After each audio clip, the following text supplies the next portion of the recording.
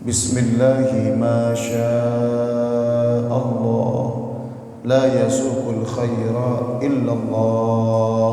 Bismillahi ma syaa Allah, la yasrifus su'a illallah. Bismillahi ma syaa Allah, ma kana min ni'matin faminallah. Bismillahi ma syaa Allah, la hawla wa la quwwata illa billahil aliyyil azim. A'udzu billah, bismillah, alhamdulillah, wassalatu wassalamu ala rasulillah, sayyidina wa habibina wa syafi'ina wa maulana Muhammad ibn Abdullah wa ala alihi wa sahbihi wa man tabi'ahu wa amma ba'd. Bapak-bapak, ibu-ibu hadirin jamaah masjid Miftahul Huda yang dimuliakan Allah Subhanahu wa taala. Alhamdulillah wa syukur ala ni'amillah. Kita panjatkan puji dan syukur kita kepada Allah atas segala nikmat karunia yang Allah berikan kepada kita, sehingga di malam hari ini kita bisa hadir di tempat yang insya Allah penuh limpahan rahmat dan barakah. Semoga niat baik, amal baik kita semuanya dikabul, diterima oleh Allah Subhanahu wa taala. Amin. Amin ya rabbal alamin.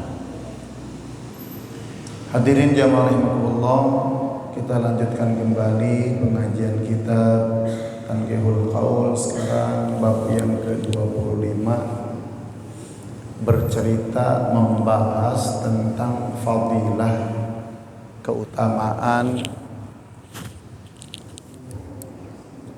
tentang fadilah keutamaan nikah. Yang belum, mudah-mudahan ini jadi penyemangat. Jangan dibawa baper, karena ini nasihat-nasihat dari kanjeng Nabi kita Muhammad sallallahu alaihi wasallam. Kita akan awali dengan membaca Bismillahirrahmanirrahim. Ila an qala al-muallif rahimahullah ta'ala wa nafa'ana bihi wa bi ulum fid darain amin. Qala al-babul khamisu wal ishruna fi fadilatin nikah. Bab yang ke-25 tentang keutamaan nikah. Qala sallallahu alaihi wasallam, Nabi sallallahu alaihi wa alihi wasallam bersabda, kata Nabi begini, man tarakat tazwija makhafatal ailati falaysa minna. Ini ancaman buat seseorang yang tidak menikah dengan satu alasan yang alasan itu tidak bisa diterima. Apa kata Nabi? Man tarakat tazwija, siapa saja orang yang tidak mau menikah dengan alasan makhafatal ailati, dengan alasan karena takut melarat, dengan alasan takut miskin.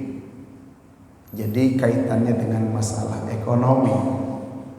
Apa kata Nabi? Falaisa minna, maka dia bukan termasuk golongan kami. Jadi hadis ini menjelaskan tentang celaan buat orang yang tidak mau nikah, tapi yang jadi penyebabnya adalah karena takut miskin. Jadi bukan meninggalkannya, tapi alasannya yang menjadi penyebab. Kenapa? Nabi melarang, Nabi mengancam. Jadi siapa saja yang tidak menikah karena khawatir miskin, padahal Allah sudah katakan iyakunu fuqara, kalau yang mau nikah itu adalah keadaannya fakir, yughnihimullah, Allah yang akan memberikan kekayaan buat mereka semua. Memang terkadang kita terlalu idealis. Kalau mau nikah itu ya segala macam. Kadang-kadang calon perempuan juga kalau dibawain lamarannya cuma cincin 2 gram ditolak habis-habisan. Jadi semua orientasinya hanya masalah ekonomi. Meskipun kita tahu dan sadar bahwa segala sesuatu itu butuh uang, tapi uang bukan segalanya. Ya artinya jangan sampai kita menikah itu hanya gara-gara takut miskin, idealis. Sebab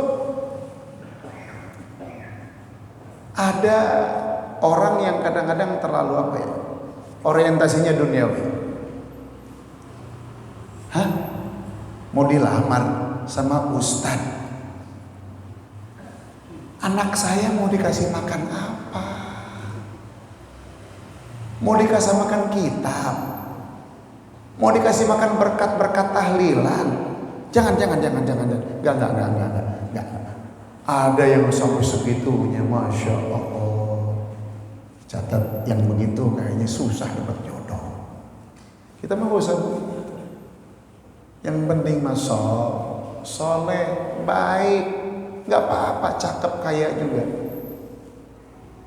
Yang penting soleh. Mau cakep, mau kaya, yang penting soleh. Itu yang kita minta. Betul ya? Nah, jadi siapa saja yang tidak mau nikah, enggak mau nikah, enggak. Kalau saya nikah belum, saya takut miskin, takut melarat, enggak. Nikah sama dia, nanti menderita saya. Nanti mau kasih makan apa saya? Rumahnya di mana? Tinggalnya di mana? Gubuk, enggak. Anak saya bisa jadi gembel nanti. Wah, udah. Enggak nikah gara-gara penyebabnya adalah gara-gara ekonomi, gara-gara takut miskin. Kata Nabi, falaisa minna. Dia tidak termasuk golongan kami. Na'udzubillah min. Kemudian hadis berikutnya. Qala Nabi alaihi salatu wassalam. Kangjeng Nabi alaihi salatu wassalam bersabda, kata Nabi begini, at-tazwiju barakatun. Nikah itu adalah keberkahan. Nikah itu adalah keberkahan. Ada orang sebelum nikah hidupnya biasa, tapi setelah nikah, masya Allah luar biasa. Kenapa? Rizkinya nambah. Yang tadinya rizki buat dia doang seorang laki-laki, kemudian dia menikah dengan seorang perempuan menjadi istrinya. Istrinya juga bawa rizki. Karena setiap orang sudah dijamin rizkinya oleh Allah Subhanahu wa ta'ala. Wa ma min dabbatin fil ardi illa 'ala Allahi rizquha. Dijamin rizkinya sama Allah. Udah punya istri, sudah punya suami, udah berpasangan hidup 2 orang ini, datang lagi manusia baru, anaknya sama, dia datang membawa rizkinya. 3 rizkinya di rumah kita. Kadang-kadang orang-orang nikah nanti aja. Gak usah diprogram gitu, kumaha Allah. Rizki mati Gusti Allah. Justru dengan datangnya hadirnya anak, hadir pula rizkinya. Jadi masya Allah, ini luar biasa. Jadi nikah itu adalah keberkahan. Nah, ini motivasi nih buat yang belum nikah. Ayo buru-buru. Nikah itu berkah. Nikah itu adalah keberkahan. Wal walad, dan anak itu adalah merupakan rahmatun. Anak merupakan rahmat dari Allah. Semua berharap dan berkeinginan punya keturunan. Ya kadang-kadang termotivasi. Dulu saya masih ingat, setiap ditanya iraha rek nikah, sepuyeng tengah dengan hati. Tapi ketika orang tua bilang iraha tuh rek nikah, mumpung umi ayah kene, itu pukulan betul itu. Pukulan buat saya, mumpung umi ayah kene. Nah, masyarakat kadang-kadang juga begitu. Belum nikah ditanya iraha rek nikah. Udah nikah ditanya iraha boga anak. Ini masyarakat apa begitu? Kapan dia belum punya anak juga? Udah punya anak iraha rek nambah. Geus boga dua, ngan dua keneh iraha tilu. Atuh kumaha Allah wae tetep rezeki ti Gusti Allah. Da usaha mah usaha. Tapi kan Allah yang memberi semuanya. Tapi yang jelas catat baik-baik, poin pentingnya adalah nikah adalah keberkahan, anak adalah rahmat. Oleh karenanya ketika anak lahir, apa tugas kita? Fa'akrimu auladakum. Maka muliakan anak-anak kalian. Karena mereka adalah rahmat dari Allah. Muliakan mereka, didik mereka, ajar mereka, berikan pendidikan baik buat mereka. Muliakan, dimuliakan, disayang sama kita, anak itu tugas kita orang tua. Tapi biasanya kalau apalagi anak pertama, dari anak pertama atau anak satu-satunya, pokoknya bapakna ibuna eleh kusah eleh ku aki jeung dinina. Di mana-mana begitu. Kasih sayang itu udah habis sama kakeknya. Di mana-mana begitu. Ya kadang-kadang juga jujur aja yang ngerasain sendirilah bagaimana pendidikan itu susah itu. Mendidik anak kita kompak suami istri, kadang-kadang ninikna teu kompak. Kita ngedidik bahwa nggak boleh makan permen, nggak boleh ulin kayak mah ninina dibelikan sabungkus. Jadi teu kompak kita pendidikannya. Jadi susah, nggak boleh makan es krim, nggak boleh makan sih. Ulin kayak mah ninina dibelikan sadus es krim. Jadi akhirnya anak tuh hayang ulin kan ini, karena sebab dikasih es krim, dikasih permen. Jadi kadang-kadang pendidikan itu susah. Yang jelas tugas kita yang utama adalah memuliakan anak, terutama dengan pendidikan. Mana halawalidun walada afdala min adabin hasan. Tidak ada pemberian orang tua yang lebih afdal kepada anaknya kecuali dengan pendidikan yang baik. Kita nggak bisa ngedidik, nggak bisa ngajarin, titipkan di tempat pendidikan yang betul-betul mengajarkan akhlak. Pendidikan yang di situ mengajarkan adab. Dan insya Allah ketika kita menitipkan dan kita cinta kepada ahli ilmu, cinta kepada pengajian, cinta kepada majelis ilmu, insya Allah anak-anak kita, seandainya kita tidak jadi ahli ilmu pun, insya Allah anak cucu kita yang akan jadi nanti. Sekarang nih bapak-bapak ngaji terus rajin. Dan malah mungkin bapak-bapak ngaji tiap minggu jadi Jainuddin MJ. Wah, atau jadi siapa? Ya balik enggak susah. Ya tapi setidaknya dengan kita cinta ilmu, hadir terus di majelis ilmu, kita tidak jadi, insya Allah anak kita yang jadi nanti. Tidak anak kita, insya Allah cucu kita yang jadi nantinya. Itu mah sudah merupakan jaminan. Insya Allah ada yang jadi di antara keluarga kita. Jadi makanya kalau punya anak, sayangi, muliakan. Karena mereka adalah rahmat dari Allah Subhanahu wa ta'ala. Kenapa kita harus memuliakan anak-anak kita?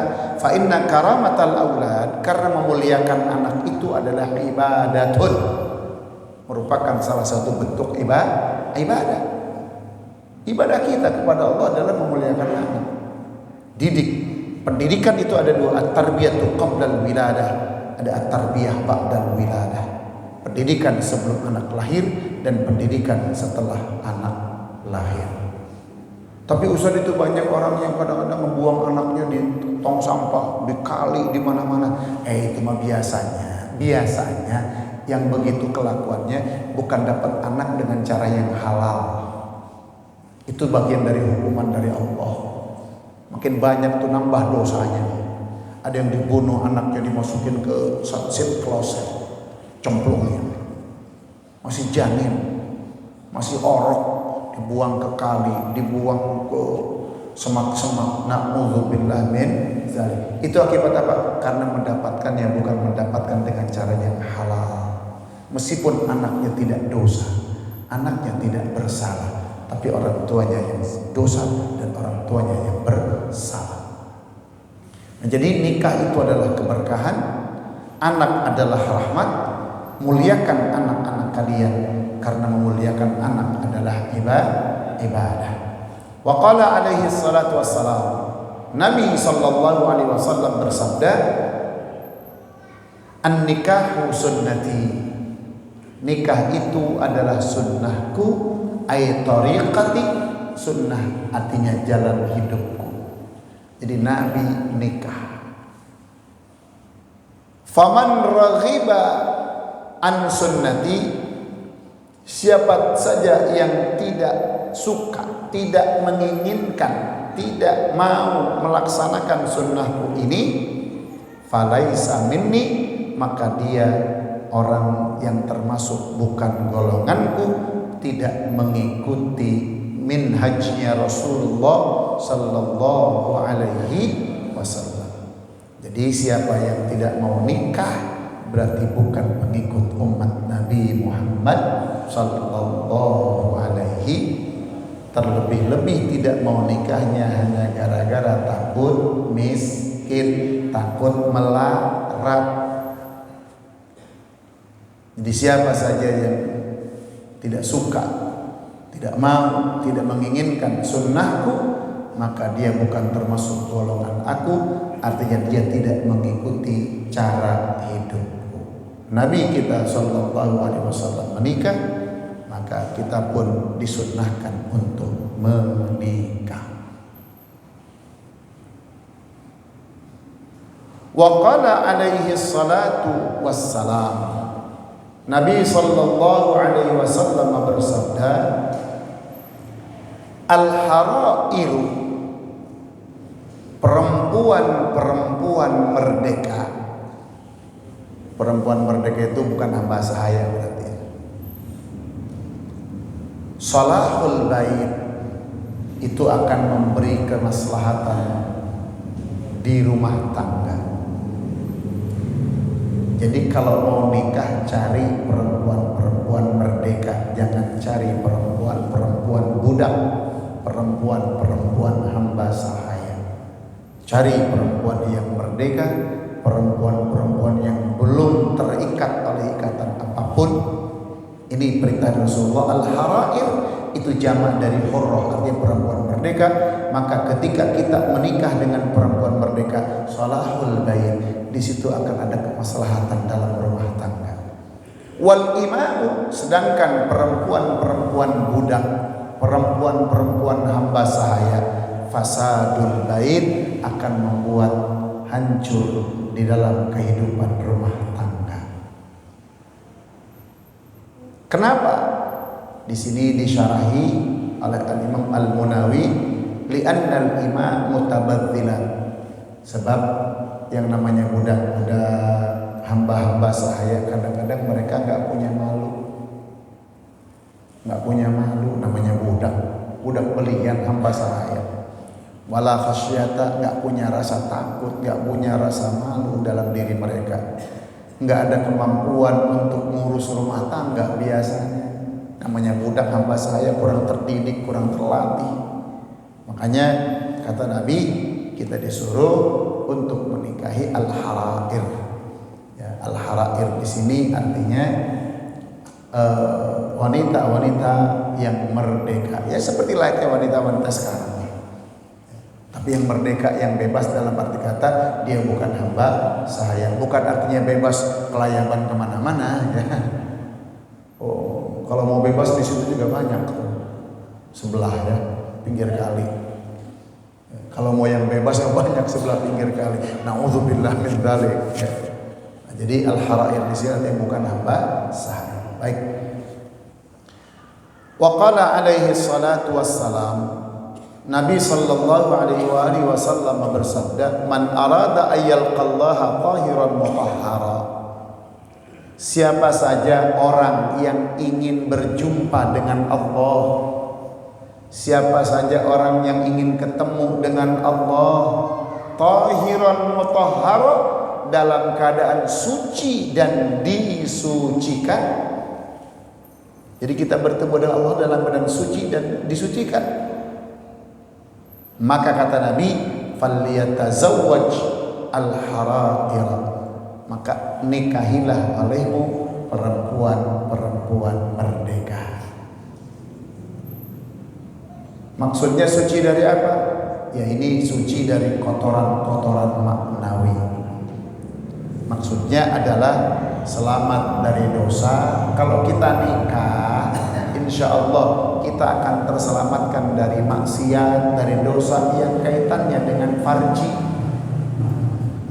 Insya Allah setidaknya kalau sudah nikah ada rem, ada hijab penghalang untuk kita melakukan maksiat. Makanya Nabi mengajarkan kalau di jalan lihat ada perempuan cantik, buru-buru pulang ke rumah. Kata Nabi, fa innal bud'a wahid. Punten kata Nabi, sebab nudi imah jeung nudi jalan sarua eta nama. Teu beda. Kemaluannya sama, teu kudu nudi jalan, di imah we yang halal. Itulah pentingnya pernikahan.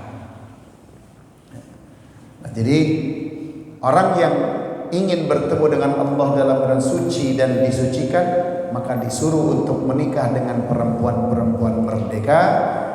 Yang dimaksud selamat di sini suci adalah selamat dari dosa yang ada kaitannya dengan farji, dengan kemaluan.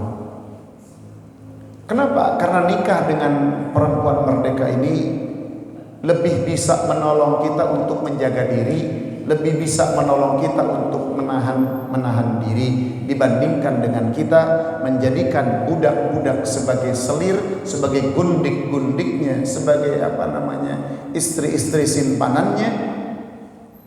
Ya kan biasanya budak-budak mau dijadikan selir. Jadi istri, jadi ada selir-selirnya. Ya, dibeli, budak itu dibeli. Nah dibeli itu statusnya boleh, mau hubungan suami istri boleh dengan budak dan memang miliknya sendiri, cuma statusnya dia sebagai budak, sebagai hamba sahaya. Nah, biasanya seperti itu kondisi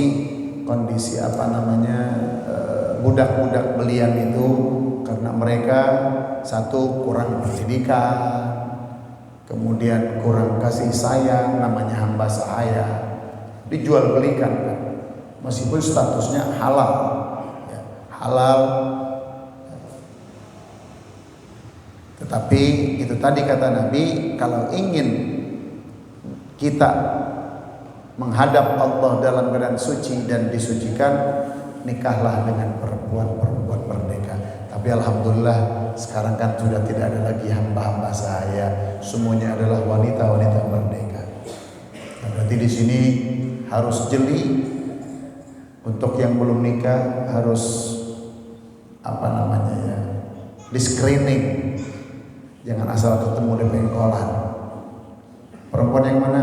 Yang lihat bibit, bebet, bobotnya. Cari. Tunkahul mar'ah li arba'in, li jamaliha, wali nasabiha, wali hasabiha, wali diniha. Fasfar bitadid talibat yadak. Perempuan yang dijadikan istri itu pilih yang mana udah cantik relatif, kaya akan habis, turunan apa sih? Tapi yang paling penting cari yang punya nilai-nilai agama, punya nilai-nilai akhlak. Intinya cari perempuan yang salihah. Kalau kita pilih perempuan yang salihah, talibat siadat, maka kamu akan berkah hidupnya. Nah, jadi Ustaz Ustaz, saya emang nggak mau nyari, pengen nyari yang orang biasa, saya didik biar solehah. Bagus. Tapi jangan terbalik, justru kita yang jadi kalah. Istrinya tidak beradab, kita nikahi mau diperbaiki sama kita, malah kitanya ikut-ikutan tidak beradab. Udahlah, gak usah. Cari aja, kata Rasul, cari yang baik, cari yang soleh. Di mana nemukan itu? Biasanya di majlis-majlis ilmu, di majlis-majlis taklim. Ya insya Allah, ketemu di majlis taklim insya Allah berkah. Ketemu di mana? Ketemu di diskotik. Ya, di mana? Nauzubillah min tempat-tempat maksiat. Nauzubillah min. Baik. Wa qala alaihi salatu wassalam, Nabi alaihi salatu wassalam bersabda, kata Nabi, iltamisu rizqa, iltamisu ar-rizqa, carilah rizki, bin nikah ay at-tazawwuj, melalui pernikahan. Ini ya tadi katakan. Jadi ada orang nih nggak mau nikah gara-gara takut miskin. Kata Nabi, cari rizki itu melalui pernikahan. Dengan nikah rizki akan datang dengan sendirinya. Allah jamin. Iyakunu fuqara ayughnihimullah. Kalau mereka fakir, Allah akan berikan kekayaan buat mereka semuanya. Memang kadang-kadang sih dari awalnya udah masya Allah gitu. Tentuin di mana? Di gedung. Berapa mas kawinnya? 100 juta.